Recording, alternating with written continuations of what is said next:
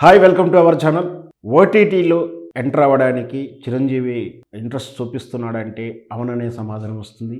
మనకు తెలుసు ప్లాట్‌ఫామ్స్‌లో big screen అనేది సిల్వర్ స్క్రీన్ అనేది ఒకటైతే రెండవది శాటిలైట్ ఛానల్స్ ఇప్పుడు కొత్తగా మార్కెట్‌లోకి వచ్చింది.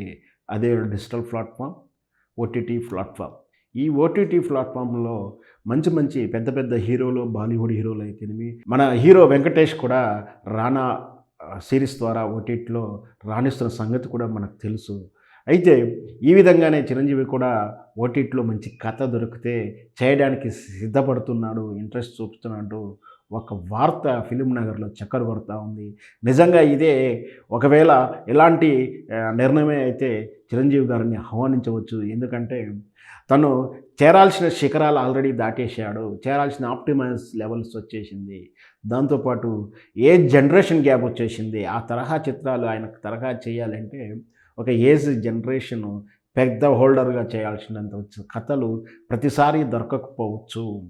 కుర్రవాళ్ళతో సమానంగా పోటీ పడే చిత్రాలు పేలగా పడిపోతున్నాయి. కాబట్టి ఇంకేదైనా మార్పు కావాలి. అంటే ఎక్కడైతే గ్యాప్ ఉంటుందో ఇండస్ట్రీలో గ్యాప్ వస్తుందో, ఆ గ్యాప్ తీరులో మనం ఎప్పుడైతే ప్రయోగం చేసి మార్పు అనువర్తనం చెందుతాం అప్పుడు రాణిస్తుంటారు. అదే సమయంలో చిరంజీవి గారు కూడా చాలా సందర్భంలో ఇండస్ట్రీలో ఉన్న గ్యాపు ఏదైతే స్పీడ్ డ్యాన్స్ కావాలో, ఎవరైతే డ్యాన్స్ స్టెప్స్ ఏస్తారో ఆ వాక్యూమ్‌ని ఫిల్ చేసుకుంటూ చిరంజీవి తన కెరియర్‌ని ఏ విధంగా గ్రోత్ చేసుకున్నారో మాకు తెలుసు.